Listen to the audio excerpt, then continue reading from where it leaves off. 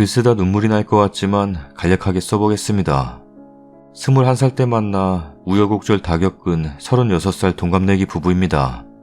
20대 때 어떻게 보면 부담스러울 정도로 무척이나 화려했고 자기 자신을 잘 꾸미던 사람이었습니다. 20대 후반에 저는 회사를 그만두고 잘 나가던 아내 사업을 같이 하다 바닥까지 내려간 후 3년 동거하고 결혼하였습니다. 부끄럽지만 동거하면서 둘 다 장고 영원일 때도 많았고 그럴 때마다 아내는 20대 때 한두 개씩 사왔던 명품 가방이니 구두 등을 마켓에 판매하며 제가 일자리 구할 때까지 근근히 버텼던 것 같습니다. 그때 그 시절은 너무 부끄럽고 면목 없습니다. 아내를 많이 사랑하지만 돈 때문에 다투기도 많이 했고 고생할 사람이 아닌데 괜히 내가 아내의 일과 인생에 다시 한번 껴들어서 이렇게 고생하는 거 아닌가 싶어 진심으로 떠나도 괜찮다고 모진 소리도 많이 하였습니다. 그럴 때마다 힘들 때 같이 있어주는 게 진정한 사랑 아니고 뭐냐며 못난 저를 붙잡아 주었고요. 양쪽 어른들도 처음엔 저희를 곱지 않은 시선으로 걱정만 하셨지만 너그럽게 봐주시고 친구 하나 없는 타지에 와서 3, 4년을 둘이 악착같이 살았습니다. 그렇게 제 신용도 다 회복하고 정말 몇 년 전만 해도 치킨 한 마리 시켜 먹을 때 벌벌 떨었는데 지금은 상황이 많이 좋아졌어요. 아내가 친정에 갈 때마다 예전에 입던 옷이나 처제들이 안 입는 옷들, 장모님이 싸주신 것들 가져오는데 몇 달 전부터 의류수거함에서도 가져가지 않을 것 같은 회색 바지가 있는 겁니다. 추리닝 바지요. 무릎은 해지고 밑에 발목 부분이 다 뜯어진. 그래서 이거 버려야겠다고 했더니 그냥 한 달에 한 번 마법 걸린 날 살 수도 있으니까 잠옷처럼 막 입겠다고 입더라고요. 그리고 신경을 안 썼는데 가랭이가 다 뜯어져서 속옷까지 보이는데도 안 버립니다. 집에서 바지 3개로 늘 입고 있습니다. 혹시라도 오해하실까봐 말씀드리지만 그 모습이 미워 보이고 싫고 이런 게 전혀 아니라 웃으면서 괜찮다고 이게 편하다고 할 때마다 너무 불쌍하고 안쓰러워요.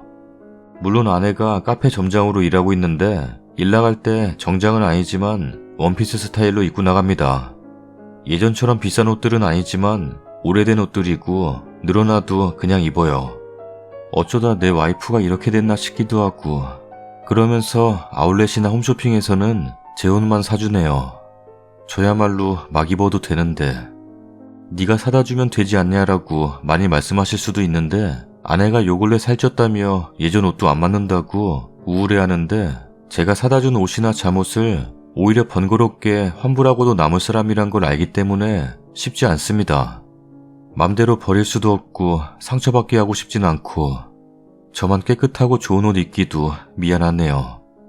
댓글입니다. 예전 판이었나? 여친이 궁상 떨어 정 떨어진다고 헤어졌다 크게 후회한 남자가 여친 다시 돌아오게 할 수 없냐고 글 올린 거 본 적 있는데 님은 그러지 마시라고 씁니다. 여자는요 어떨 땐 단순합니다. 돈이나 물질에 의외로 해탈한 사람 많은데 진짜 그러겠습니까? 예전에 소비했던 가닥도 있고 물건 보는 눈도 있는데요. 사준다 해도 싫다 할 거고 돈 뭉텅이로 줘도 은행에 넣어둘 사람입니다. 님 아내는요. 그냥 계속 고맙다, 사랑한다, 그 마음 변치 않았다는 거 계속 표현하세요. 그 마음만으로도 행복해할 사람입니다. 님 아내는요. 행복하세요. 저도 알뜰 타입의 와이프인데요. 남편이 택을 떼든 뭐라든 비싼 물건 사다 주는 거 싫어요.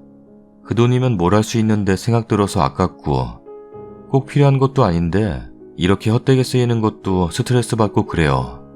차라리 한 푼 두 푼 모은 흔적이 있는 통장이나 용돈을 선물해주면 감동받을 것 같아요. 그래서 그 돈 더 못 쓰긴 하겠지만 행복은 할 것 같아요. 나 같아서 눈물 난다. 예전엔 백화점 가서 원피스 50만원에서 100만원짜리만 사 입었다. 내 잘못으로 보이스피싱으로 돈을 모두 사기당하고 씻을 샴푸가 없어서 매일 울었었다. 심지어 나를 자책하며 안 좋은 생각까지 했다. 근데 바닥치고 올라오니 내가 가진 거에 감사하게 되더라. 애도 있는데 둘째도 가졌다. 결혼 전에 보여지는 인생과 돈이 전부일 줄 알았는데 그게 아니더라. 며칠 전 남편 모교에 들러 아이랑 신나게 뛰어놀고 학교 앞에서 생과일이랑 토스트를 먹는 게 행복이다 싶었다. 10,000원 귀한 줄 알았고 1,000원 귀한 줄 알았다. 비록 다 떨어진 신발 옷 입어도 든든한 가족이 있으니 행복하다. 내 행복은 가난하지만 값지다. 자신을 가꿀 줄 알던 사람이 자신을 내려놓고 살 정도면 님을 사랑하는 마음은 어마무시한 겁니다. 다른 거 다 필요 없어요.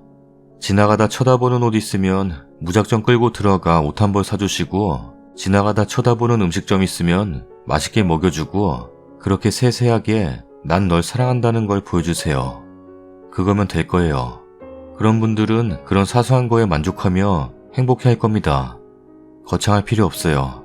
늘 와이프에게 관심을 주고 지켜보고 있다는 거, 그걸 증명해 주세요. 난 좀 생각이 다름. 남편이 비겁한 변명하는 것 같네. 대충 보니 20대 때는 꾸미기 좋아하고 자신을 잘 가꾸는 사람이 자기 만나 결혼하고 생활이 어려워지자 20대 때 가지고 있던 명품들 팔고 그리 생활했는데, 지금은 상황이 괜찮아졌는데도 부인이 처제들 옷 입고 구멍난 바지 입고 그래서 미안하다, 그런 이야기인 것 같은데, 결론적으로 얼마나 좋아졌는지는 모르겠지만 상황이 어렵지 않다면서요.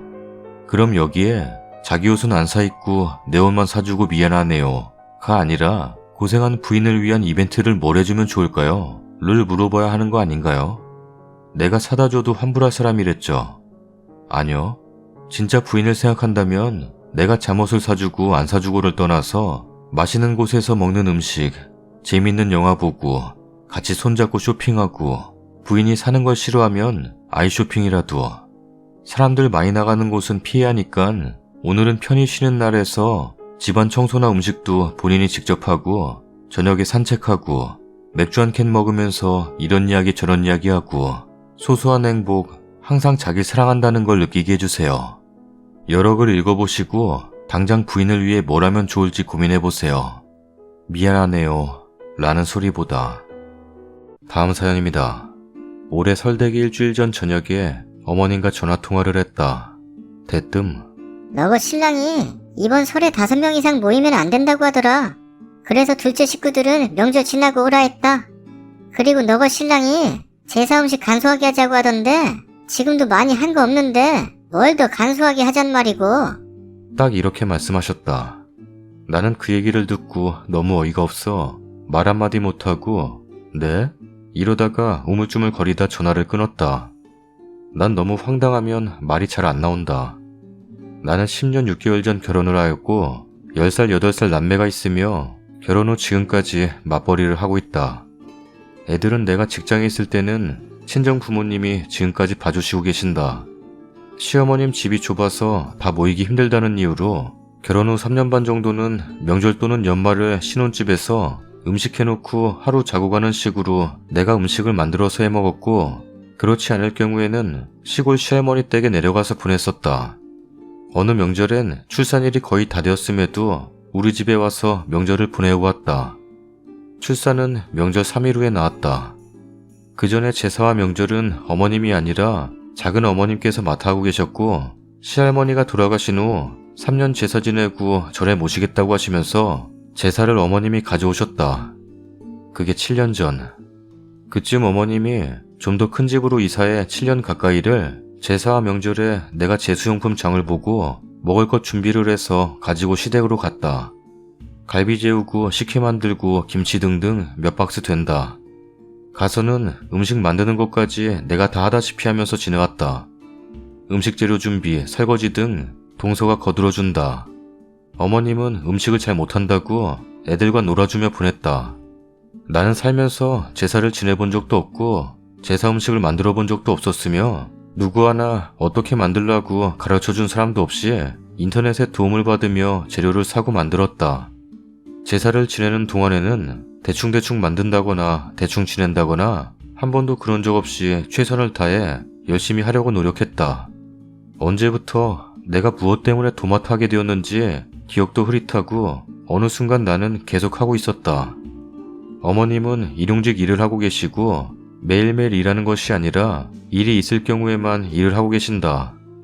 아버님은 타지에서 일을 하고 계셔서 명절이나 제사 아니고는 특별한 날에 내려오셔서 만나 뵐 수 있다. 거의 두 아들을 어머님이 고생하시며 혼자 키운 걸 알기 때문에, 그리고 손주들을 너무 이뻐라 하셔서 일하고 주말에 쉬고 싶지만 1시간 거리인 시댁을 10년 동안 2주에 한 번씩은 꼭 시댁에 방문하였고 방문한 날은 오전부터 준비해서 출발해 저녁쯤에나 집으로 돌아왔다. 그리고 일주일에 한 번 이상 전화를 드렸다.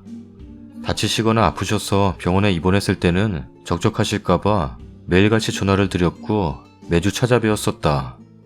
어머님도 2주에 한 번씩 가면 밥도 항상 사주시고 마트에 가면 이것저것 사주시려고 하고 지금 버니깐 사줄 수 있다고 말씀하셔서 항상 고맙게 나도 생각했다.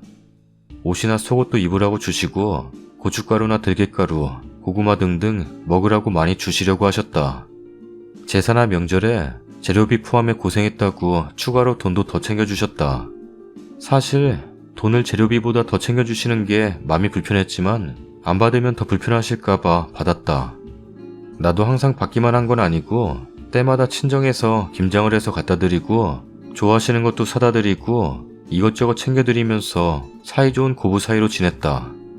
이번 일이 있기 전까지는 말이다. 작은 설날 속상한 마음을 숨기고 바리바리 제수용품 구입한 것을 차에 싣고 다 준비 못한 것을 사기 위해 시장에 들러 문어랑 점심에 먹을 음식을 사고 시댁으로 출발하려는데 그 시간이 11시 반쯤이었다. 빨리 안 오냐고 전화가 왔다. 명절에 안 오는 사람도 있는데 제수용품 사러 간 사람한테 빨리 안 오냐니 화가 났다.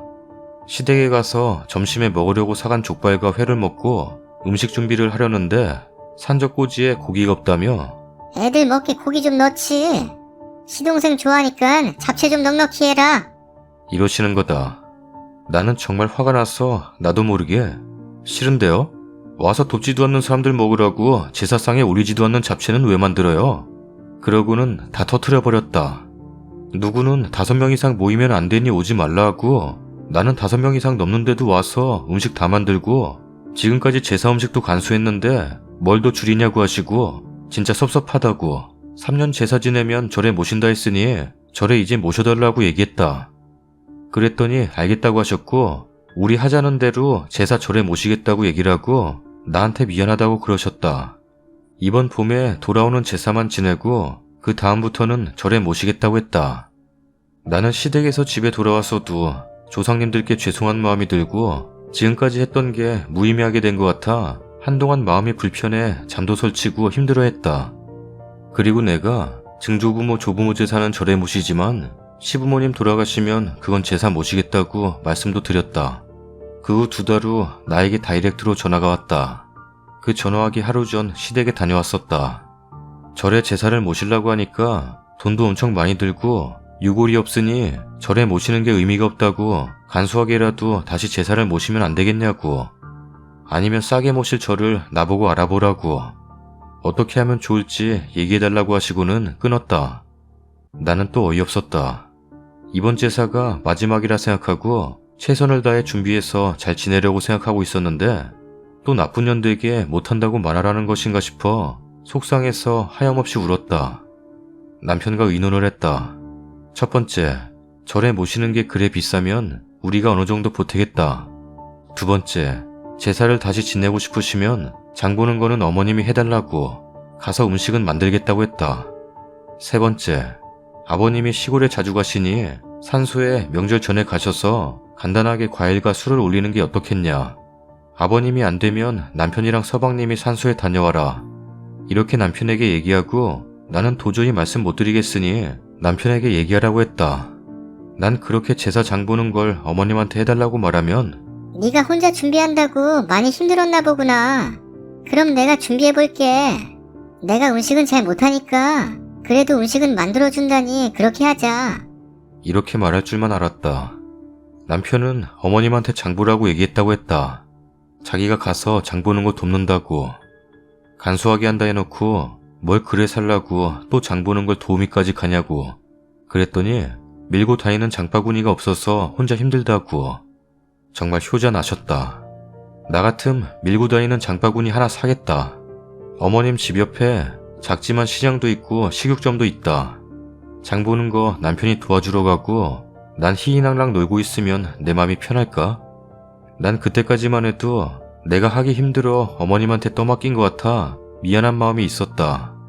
그리고 일주일 동안 어머님께 전화를 드리고 싶어도 전화하면 네가 좀 해주면 안 되냐? 이러면 또 내 입으로 저 이제 못해요. 어머님이 하세요. 이 말을 해야 할까봐 무서워 연락도 못하고 안절부절하며 일주일이 흘렀다. 어머님이 화난 목소리로 전화가 왔다. 지금 와라.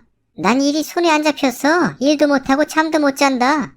지금 일하다 말고 집에 가는 길이니까 지금 와서 얘기하자. 내가 니한테 뭘 그래 잘못했다고 네가 이러냐? 이런다.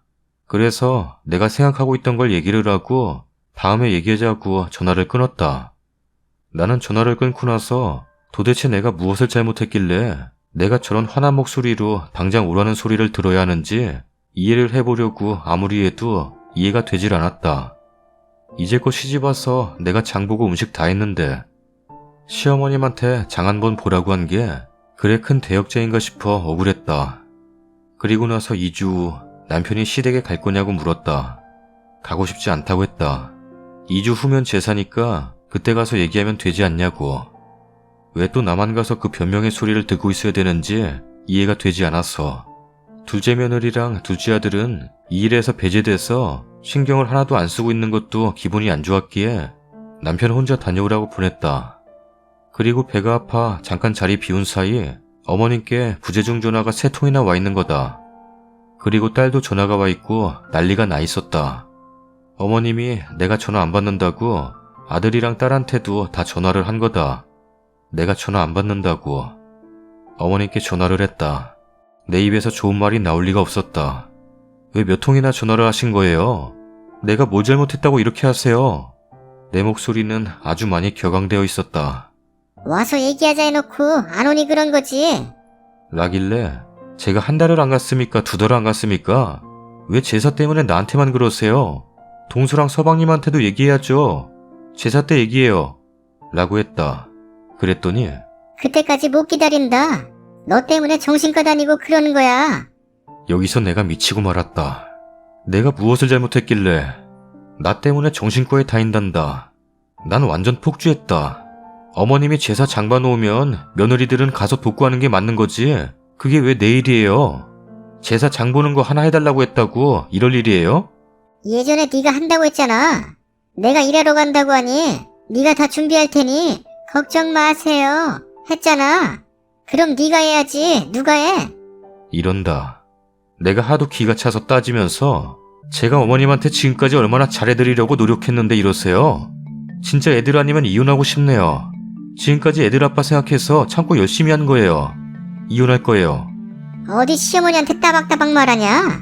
네 그렇게 안 봤는데 무서운 애네. 이런다. 난 40이 넘도록 세상 살면서 이런 말 처음 들어보고 어른한테 이렇게 따져본 일도 처음이다. 이렇게 날 화나게 한 사람도 어머님이 처음이다. 의심은 했지만 진짜였다. 내일인 제사를 왜 자기한테 시키는지 기분이 나빠서 화가 나신 거였다. 정말 어머님은 며느리가 다 해줘야 한다고 생각하고 계셨던 거다. 사람들한테 큰 며느리 잘 들였다고 자랑을 했는데 부끄러워 말도 못한단다. 누가 자랑하라고 시킨 것도 아닌데 내가 막 대든다고 내 친정 부모님한테 이야기한단다. 어른한테 막 대들고 일에 버릇없이 키웠냐고 말하겠다는 뜻이겠지. 나는 내가 이런 대우받는 거 아시면 친정 부모님이 속상해 하실까봐, 그리고 남편이 친정 식구들한테 기 못 펴고 살까봐 말도 못하고 나 혼자 전전긍긍하고 있었는데 다 말하고 세상 모든 사람들한테 물어보세요. 내가 잘못했는지 어머님이 잘못했는지. 아무도 내가 잘못했다고 안 할 거예요. 시어머님이 며느리 있다고 제사나 명절을 같이 집온 며느리가 다 해야 하는 게 맞는 건가요? 정말 바보같이 살았다는 거 압니다. 이번 제사만 끝나고 절에 모시기로 했답니다. 이번엔 너무 크게 상처를 받아서 시댁 가서 얼굴 보기 무섭고 두려운 게 사실이고요. 이제는 이렇게 살지 않겠노라 다짐도 했습니다. 모두 감사합니다. 댓글입니다. 정신 차려요. 친정부모 들먹이면 끝난 거예요. 님 자체를 얕잡아보고 부려먹었는데 반항하니까 신경질 나겠죠. 내가 막 대든다고 내 친정 부모님한테 이야기한단다 해서 저라면 터졌을 것 같아요. 맞벌이 손주들까지 친정에서 봐주는데 남의 집 귀한 딸 불러다 제삿일 시키면 사돈댁에 죄송해야 할 일이지 버릇없이 키웠다고 지가 훈계할 일인가요? 저라면 저런 말 들으면 다시는 안 가고 얼굴도 안 보고 살아요. 남편과 다투고 싶지 않아서 남편이랑 이야기 안 한 건가요? 애초에 남편한테 애들 키우는 것도 벅찬데 제사 못한다 하고 뒤로 숨으셨어야죠. 지금이라도 못하겠다, 못 산다고 남편한테 호소하세요. 이러니까 처음부터 잘 보이고 싶어서 과하게 시가야 할 필요가 없다는 거예요. 잘하는 며느리에 착한 며느리라 해도 결국 중대한 시점에는 피 하나 섞이지 않은 남이라는 겁니다. 딸이 아닌 며느리입니다. 무리하게 희생하면서 양보하고 살다가 임계점에 다다른 거예요. 폭발하기 일보 직전. 그리고 친정부모 운운하는 거 보니 쓰니도 사돈네도 우스운 거예요, 저건. 완전 넙죽 엎드려 노예 자처하고 살았네요. 님 한마디 빼먹었네요. 친정엄마한테 따지실 거면 님도 한마디 해야죠. 버릇없이 따박따박 말대꾸한 게 잘못이면 지네 집 제사도 못 지내고 지네 엄마 치마폭에 쌓여서 남편 노릇도 못하는 모자란 칠푼이 장가보낸 어머님은 더한 죄인이라고. 시엄마랑 왜 둘이 전화를 해요? 그것부터 잘못이에요. 이제 할 일은 하나예요. 그리고 간단한 거예요. 딱 잘라요. 어머님 뱃속으로 나온 어머님 자식이랑 둘이 다 이야기하고 해결하라고. 시댁도 남의 자식이고 남의 부모가 잘못 키운 자식으로 보는 저는 안 갈 테니 잘난 아들 데리고 둘이 다 알아서 하라고. 저희 친정도 자기 집 제사 하나도 제대로 못해서 쩔쩔매고 그 일로 와이프 욕먹이는 덜 떨어지는 사위 있는 집에는 내 딸 발걸음도 못하게 한다고 끊으세요. 효도는 시엄의 아들한테 받으라 하시고 님은 앞으로 관심 다 차단, 전화 다 차단, 무조건 남편이 다 하게끔. 모자란 남편을 잡든지 길들이든지 헤어지든지 해야죠. 뭐하러 남의 엄마인 시어머니랑 통하지도 않는 대화하면서 스트레스 받아요. 이혼까지 생각했으면 지금 분명히 다 끊고 가요. 어차피 시어머니 본심 다 나온 거 앞으로는 이전과 같은 관계는 절대 안 돌아와요. 며느리를 죄인으로 만드는 가스라이팅에 걸려들 게 뭡니까? 남들은 친정부모 들먹이면 다 터트리고 친정으로 들어가요. 그리고 친정으로 남편 불러들여서 남편놈 죄인 만들고 손 싹싹 빌게 만들어요. 우아하게 사세요.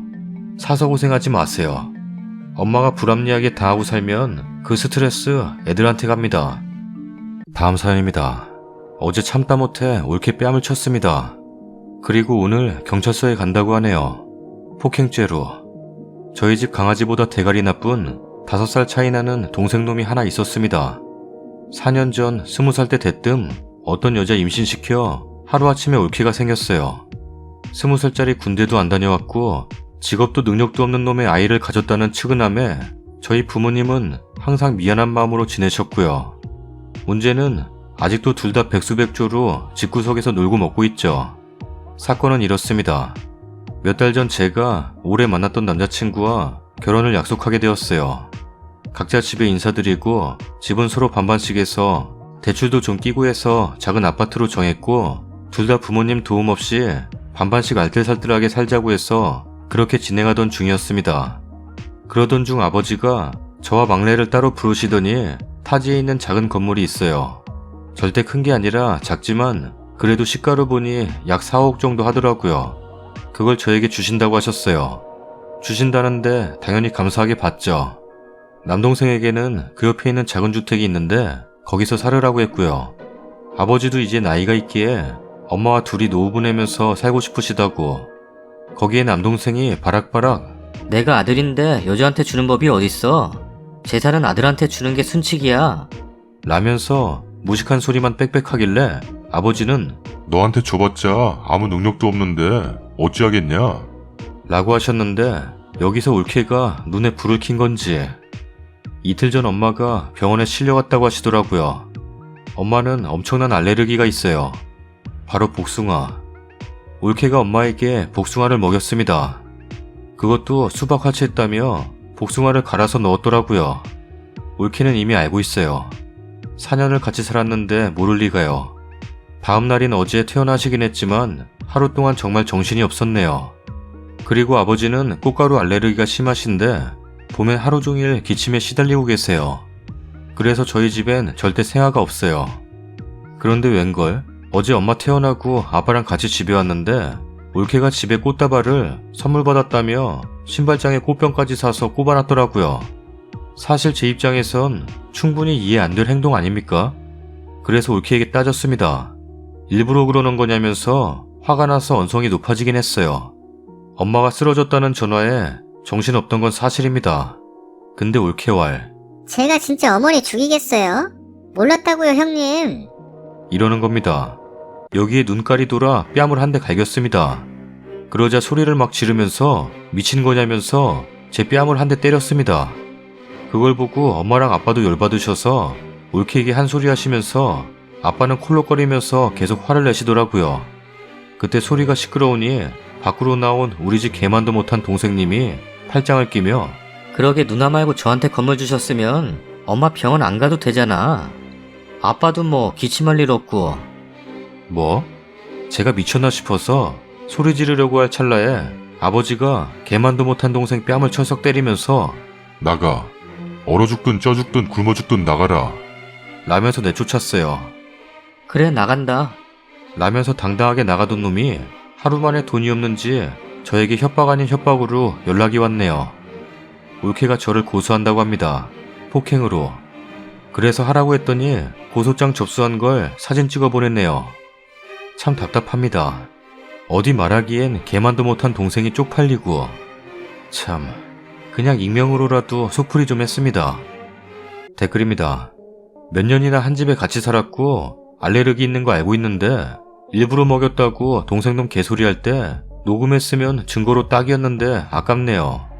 남동생이랑 절연하고 그 옆에 주택도 아버지한테 주지 말라 하세요.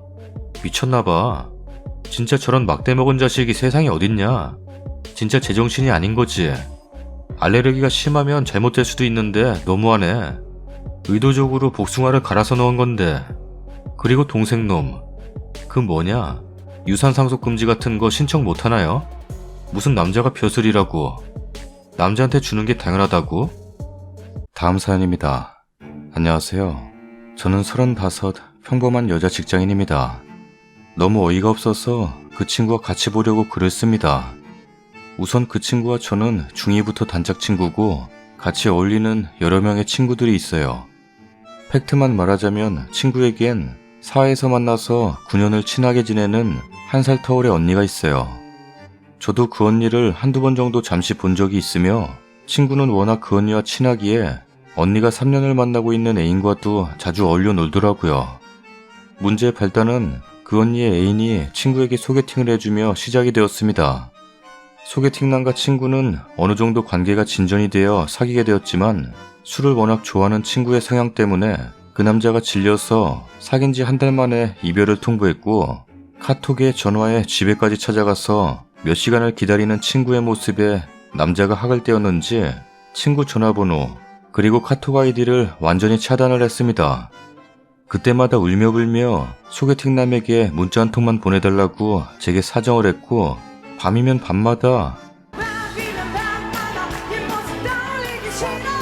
밤이면 밤마다 제게 전화를 해서 하소연도 하기도 했습니다.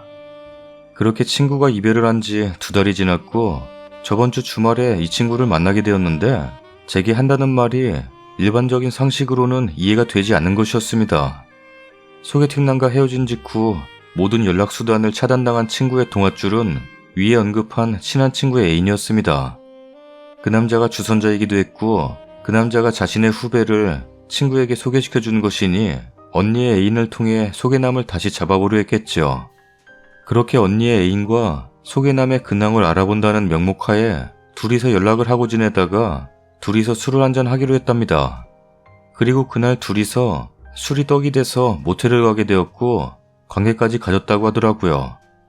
여기서부터 저는 친구에게 너무 큰 실망을 하여 네가 지금 이 얘기를 하는 이유는 뭐냐고 물었고 죄책감 때문에 힘들어서 그러냐고 물었는데 친구가 하는 말은 언니의 애인이 좋아졌다고 합니다. 하룻밤 만에 말이죠. 그리고 이 관계를 한 달간 지속하고 있다고 해요. 언니와 남자는 여전히 사귀는 중이고요. 둘이서 이따금씩 언니 몰래 술을 마신다더군요. 언니의 남친은 우유부단하게 관계 정리를 확실하게 하지 않고 있고요. 그래서 제가 너 이제 그 언니 안 볼 거냐고 물었더니 어제도 봤는데? 언니 집에 놀러 왔었어. 라며 너무 평온하게 말하는 모습에 소름이 돋을 정도였어요. 본인이 지금 현재 무슨 짓을 하고 있는지 도덕적으로 무엇이 잘못되었는지조차 모르는 표정이었습니다. 그래서 제가 네 사생활이니 난 이래라 저래라 하고 싶지 않다. 하지만 짐승하고 사람이 다른 게 뭔지 아냐고. 이성이라는 고삐를 가지고 있어서 인간은 짐승과 다르다. 그런데 네가 하는 짓은 내 상식선에선 이해가 안 가고 또한 100번 양보해서 그래 네가 9년을 알고 지낸 언니를 저버리고 언니의 남자가 좋다고 이러는 거 이해한다고 치자. 근데 어떻게 뻔뻔하게 그 언니를 만나서 언니 집에 놀러가고 그렇게 지낼 수가 있냐? 아무것도 모르는 언니를 보면서 일말의 죄책감도 안 들더냐? 너 그거 사람 기만하는 거고 나중에 그 언니가 알게 되면 그 언니가 느낄 배신감을 나는 가늠도 할 수 없다. 그러니까 네가 그 남자가 좋으면 언니와의 관계를 끊던지 사랑 가지고 놀지 마라. 아무튼 제가 저렇게 이야기를 하니 어떻게 네가 나한테 그렇게 이야기를 할 수 있냐? 내가 너한테 더 실망했다. 라고 말하더군요. 도저히 그 자리에선 그 친구와 대화가 통하지 않아 먼저 일어났고 며칠 뒤 친구들끼리 있는 단톡에 그 친구가 장문의 톡을 올렸습니다. 팩트만 말하자면 긴 세월 동안 같이 했지만 저로 인해 상처를 받아 저와의 관계를 정리할 거고 그래서 이 단톡을 나간다고요. 그러고 진짜 친구는 단톡을 나갔고 나머지 애들은 저희 둘 사이에 무슨 일이 있었는지 제게 물어보았으나 전 친구의 사생활이니 말하지 않았어요. 그랬더니 다른 친구들에게 제 험담을 하고 있더라고요. 정말 열불이 터져서 다른 애들한테 다 불어버릴까 하다가 똑같은 사람이 될까봐 참고 있는데 아무리 동고동락을 같이 한 베프라고 하더라도 저게 이해가 가시나요? 이 글을 그 친구에게 보여줄 참이라서 제발 댓글 좀 달아주세요. 댓글입니다. 뭘 보여줘요? 손절. 안 그러면 님 남친 님 남편하고도 그럴걸요? 친구들에게도 얘기해줘야지 조심하라고. 언니에게도 말해줘야지. 왜 그 친구만 보여줘? 친구들 다 보여줘. 그녀를 하는 꼬라지가 지가 찔려서 먼저 손절친 거잖아. 그 언니 연락할 수 있는 방법이 있으면 찾아서 제발 알려주고요. 단톡방에 다시 초대하세요. 나는 너를 생각해서 입 다물고 있었는데 이런 식으로 험담하고 다닌다면 더 이상 배려해줄 생각 없는데 어떻게 생각하냐? 여기서 너랑 틀어진 얘기 다 까발려도 되냐? 내 명예를 위해서라도 다 말하겠다고 하세요. 저런 여자는 나중에 친구들 남친이랑도 잘 수 있는 사람이지. 신뢰도 없고 그저 아무 남자와 자는데 맞들린 것 같은데 저런 사람은 일찍 손절할수록 똑똑한 거죠. 그 친구가 쓰니한테 원하는 반응은 내 친구는 바람펴도 괜찮아. 이거였겠지. 약간 애정결핍이 있는 것 같네. 달랑 한 달 만난 남자한테 그 정도로 매달리고 한 번 잔 남자. 그것도 9년간 친하게 지낸 언니 남친을 그렇게 좋아하는 거 보면 남자에 대한 결핍이 심해 보이네요. 자존감도 굉장히 낮을 가능성 높죠. 다 불어버리세요. 이유 없이 무는 개랑 무는 개 방어하려고 무는 개랑 어떻게 같나요? 그 친구는 그냥 남자면 다 좋은 거예요. 임자 있는 남자고 소개남이 있으니 일단 소개남에게 집착하느라 다른 곳에 눈 안 돌린 건데 언니분 남친과 만나보니 소개남 아니고도 남자가 여기 있네 하면서 고삐를 임자 있는 남자한테 돌린 거죠. 그 남자도 제정신이 아니고요. 저 같으면 그 언니한테도 얘기하고 친구들한테도 다 얘기합니다. 요즘 상간녀 사건 뻔한 거 아시죠? 얘기해요. 너 대구 상간녀 봤냐고 그 꼴나게 해준다고요. 대학 때 제 친구가 그런 적 있었어요.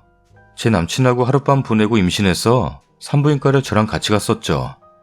결국 그 친구는 그때 당시 제 남친한테 피해보상 달라고 요청했고 남친이 그 애가 내 애인지 어찌하냐고 그 친구 피해보상하지 않으면 모든 사실 말한다고 어쩌다가 그 사실을 알게 되었고 저는 모든 걸 다 잃었어요. 꽃다운 20대를 두 사람 덕분에 지우고 싶은 기억으로 보낸 셈이죠. 전 그 언니가 걱정이 되네요. 그 친구분은 인성이 그런 아이라서 절대 변하지 않아요. 욕을 하든 안 하든 간에 손절하는 게 맞아요. 언젠가 님에게 피해를 줄 수가 있어요. 그때 당시 그 친구는 남친이 있는데도 원나잇 하고 다녔거든요. 원래가 그런 아이였던 것 같은데 친구라는 이름으로 제가 멍청했었죠 뭐. 썰닭입니다. 채널 붕괴 직전인데 찾아와 주셔서 끝까지 시청해 주시는 분들 정말 감사드립니다. 댓글 남겨주시는 한 분 한 분 모두 다 기억하고 있을게요.